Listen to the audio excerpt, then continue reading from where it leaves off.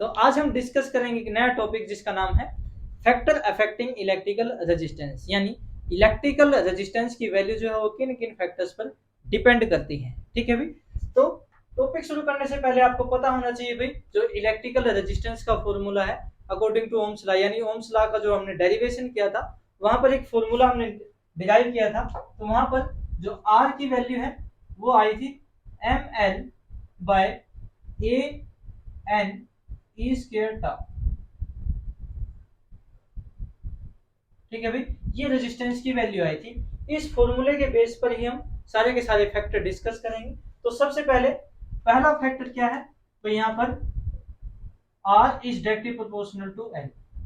इस फॉर्मूले से देख सकते हैं भाई R इज डायरेक्टली प्रोपोर्शनल क्या है, L है, यानी जितनी ज्यादा लेंथ होगी उतना ही ज्यादा क्या होगा, रेजिस्टेंस होगा। Electrical resistance is directly proportional to the length of conductor. जितनी ज्यादा लेंथ होगी उतना ज्यादा क्या होगा, रेजिस्टेंस होगा।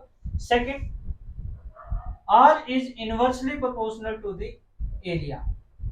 R क्या है, इनवर्सली प्रोपोर्शनल है एरिया के। यहां से देख सकते हैं R is inversely proportional to the area, यानी जितना ज्यादा एरिया होगा कंडक्टर का उतना ही कम क्या होगा, रेजिस्टेंस होगा। एरिया ज्यादा होगा तो रेजिस्टेंस की वैल्यू क्या हो जाएगी, कम हो जाएगी। तो यहां से हम देख सकते हैं। Third point, R is inversely proportional to N। N क्या है यहाँ पर, number density, number of electrons per unit volume.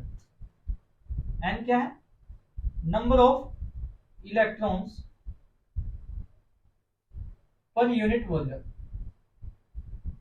तो number of electrons per unit volume, तो R is inversely proportional to number of electrons per unit volume. इसका मतलब क्या है भाई, इलेक्ट्रॉन्स के जो पर यूनिट वॉल्यूम वैल्यू है उस बात पे डिपेंड करता है भाई रेजिस्टेंस कैसा होगा, रेजिस्टेंस की वैल्यू क्या होगी, कम होगी या ज्यादा होगी। यानी इससे पता लगेगा भाई हमें जो रेजिस्टेंस की वैल्यू है वो डिपेंड करती है नेचर ऑफ कंडक्टर के ऊपर।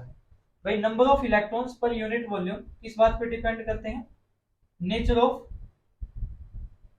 कंडक्टर पे डिपेंड करते हैं। भाई कोई भी कंडक्टर है, जैसे भी मान लो आयरन है उसकी नंबर डेंसिटी अलग होगी, कॉपर है उसकी नंबर डेंसिटी अलग होगी, सिल्वर है उसकी कॉपर डेंसिटी अलग होगी।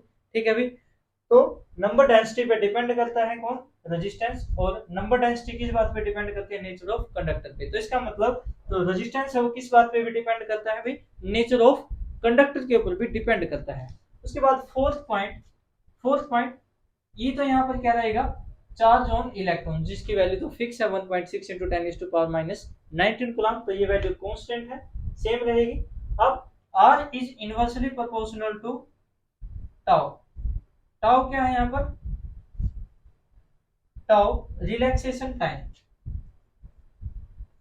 ये हमने ड्रिफ्ट वेलोसिटी में पढ़ा था, रिलैक्सेशन टाइम। ये रिलैक्सेशन टाइम किस बात पे डिपेंड करता है, नंबर ऑफ कोलिजन्स पे डिपेंड करता है। भाई कोलिजन जो आपस में इलेक्ट्रॉन्स आपस में कंडक्टर के अंदर टकराते हैं उस बात पे ये डिपेंड करता है। तो रिलैक्सेशन टाइम से यहाँ पर मतलब होगा टेम्परेचर से। जैसे जैसे टेम्परेचर इंक्रीज होगा किसी भी कंडक्टर का, जब हम टेम्परेचर इंक्रीज करेंगे तो टेम्परेचर इंक्रीज करने से जो स्पीड है इलेक्ट्रॉन्स की वो क्या हो जाएगी, बढ़ जाएगी। स्पीड इलेक्ट्रॉन्स की बढ़ जाएगी तो जल्दी जल्दी कोलाइड करेंगे, जल्दी जल्दी कोलाइड करेंगे तो रिलैक्सेशन टाइम जो है वो क्या हो जाएगा, कम हो जाएगा। और यहाँ से अगर रिलैक्सेशन टाइम की वैल्यू कम होगी तो रेजिस्टेंस की वैल्यू क्या हो जाएगी, बढ़ जाएगी। तो कहने का मतलब ये है जैसे जैसे हम टेम्परेचर को इंक्रीज करेंगे रिलैक्सेशन टाइम डिक्रीज होगा और रेजिस्टेंस की वैल्यू क्या हो जाएगी, इंक्रीज हो जाएगी। तो फोर्थ पॉइंट में हम क्या समझेंगे भाई, जैसे जैसे टेम्परेचर की वैल्यू इंक्रीज होगी तो रेजिस्टेंस की वैल्यू क्या हो जाएगी, इंक्रीज हो जाएगी। तो इंपॉर्टेंट पॉइंट है, ये एग्जाम में अलग से पूछ लिया जाता है भाई रेजिस्टेंस का टेम्परेचर पर क्या, टेम्परेचर का रेजिस्टेंस पे क्या इफेक्ट होता है। जैसे जैसे टेम्परेचर इंक्रीज होगा तो टेम्परेचर इंक्रीज होने से क्या होगा, रिलैक्सेशन टाइम की वैल्यू डिक्रीज होगी और रिलैक्सेशन टाइम डिक्रीज होगा तो वहां पर रेजिस्टेंस की वैल्यू क्या हो जाएगी, इंक्रीज हो जाएगी। तो इंपॉर्टेंट पॉइंट है। ठीक है भाई, तो ये कुछ फैक्टर्स थे जिसपे रेजिस्टेंस की वैल्यू डिपेंड करती है। तो अभी के लिए इतना ही, धन्यवाद।